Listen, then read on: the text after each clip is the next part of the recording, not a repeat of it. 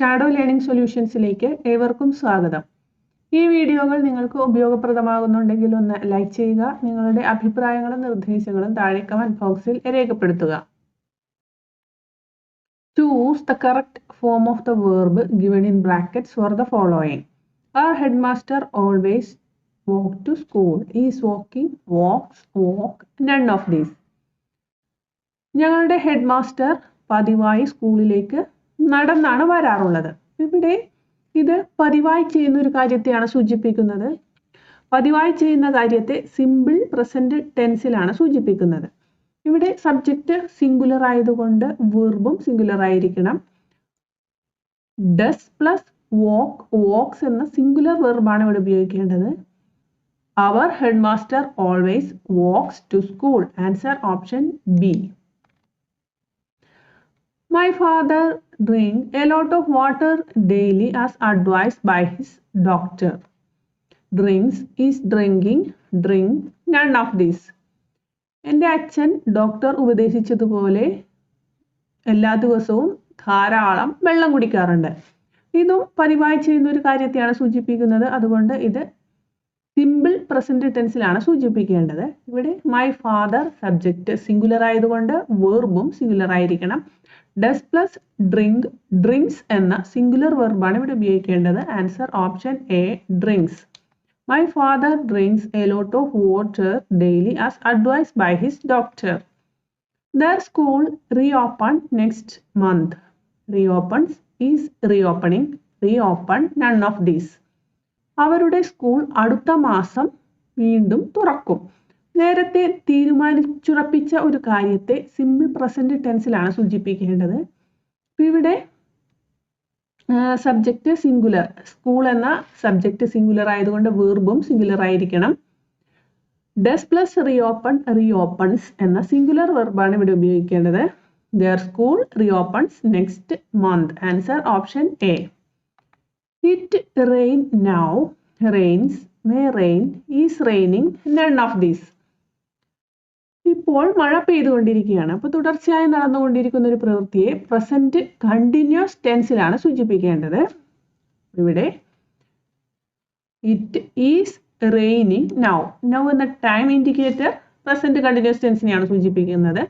Answer option C. She understand the whole position. Understand, understands, is understanding, none of this.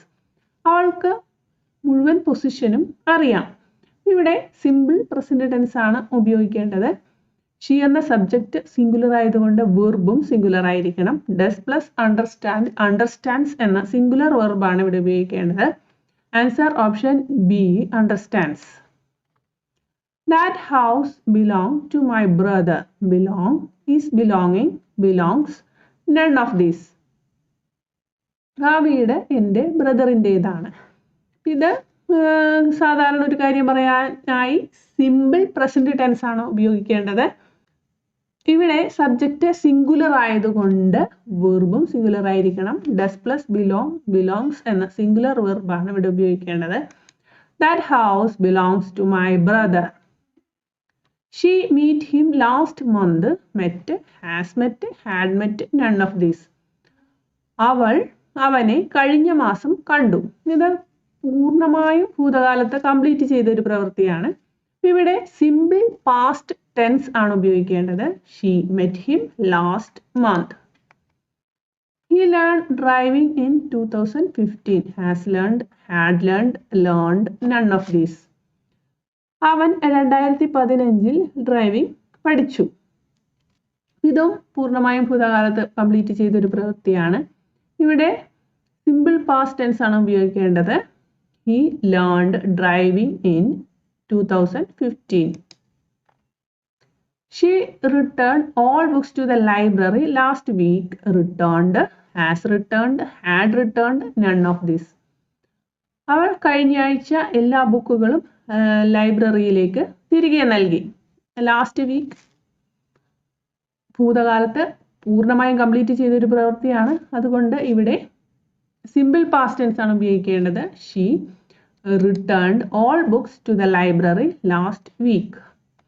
They already vacate the shop. Vacate, vacated, have already vacated, none of these. അവൾ shop already vacate ചെയ്തു. ഇത് തൊട്ടടുത്ത് നടന്നൊരു പ്രവൃത്തിയെ സൂചിപ്പിക്കാനായി present perfect tense ആണ് ഉപയോഗിക്കേണ്ടത്. They have already vacated the shop. Choose the correct preposition from brackets for the following. He earns his living dash street show. By, from, through, none of these. അവൻ്റെ earnings street ഷോയിൽ നിന്നുമാണ് കണ്ടെത്തുന്നത്. ലീവിൻ എന്നത് താമസ സ്ഥലത്തെ സൂചിപ്പിക്കാൻ ഉപയോഗിക്കുന്നു. ലീവ് ഓൺ എന്നത് ഭക്ഷണത്തെ സൂചിപ്പിക്കാനാണ് ഉപയോഗിക്കുന്നത്. ലീവ് ബൈ ജോലിയെ സൂചിപ്പിക്കാനാണ് ഉപയോഗിക്കുന്നത്. അപ്പം ഇവിടെ അവൻ്റെ ജോലിയെ സൂചിപ്പിക്കുന്നത്, അതായത് സ്ട്രീറ്റ് ഷോ എന്ന ജോലിയെ സൂചിപ്പിക്കാനായി ലീവ് ബൈ ആണ് ഉപയോഗിക്കേണ്ടത്. Answer option A. He earns his living by street show. I met him dash the bus station in, at, on, none of these. ചെറിയ സ്ഥലങ്ങൾക്ക് മുൻപിൽ അറ്റ് ആണ് ഉപയോഗിക്കേണ്ടത്. At the bus station, at the railway station. Answer option B. I met him at the bus station. Choose the correct article from brackets for the following. Mumbai is dash business capital of India. The, a, and none of these. Mumbai is the business capital of India.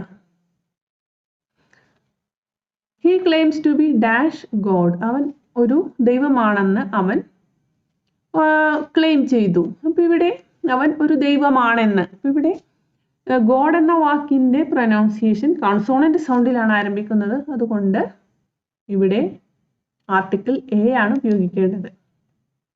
Answer option B, A. He claims to be a god.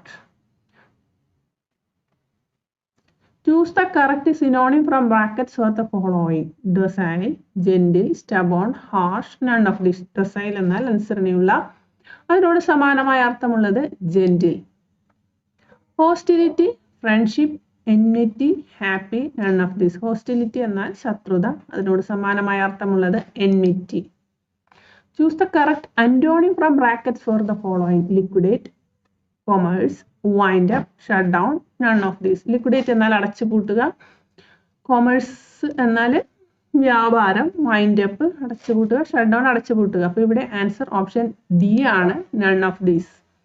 Radical, extreme, orthodox, revolutionary, none of these.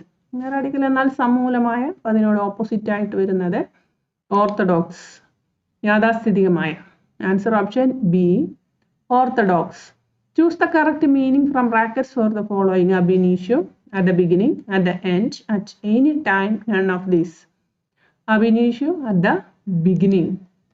Suo moto, by some measure, on its own motion, by some pressure, none of these. Suo moto, on its own motion. Answer option B.